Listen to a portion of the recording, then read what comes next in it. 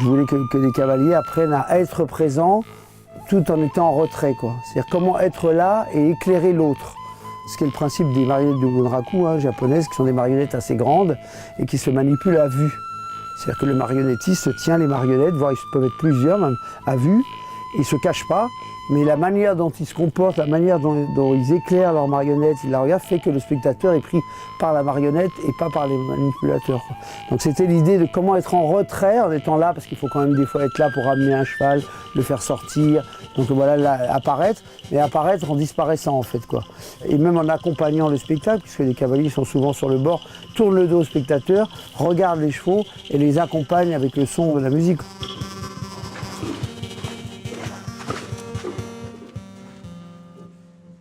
Peut-être l'élément qui me passionne le plus dans la mise en scène, c'est jouer avec le temps.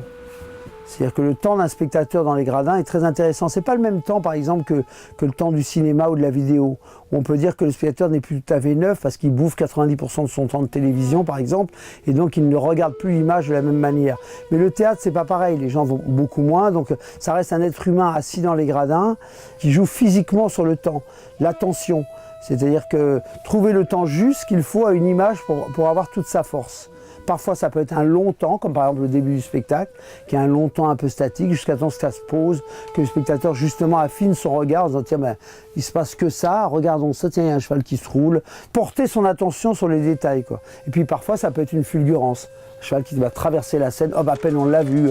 C'est ça ce que j'appelle jouer avec le temps, quoi. Tu joues avec l'attention du spectateur.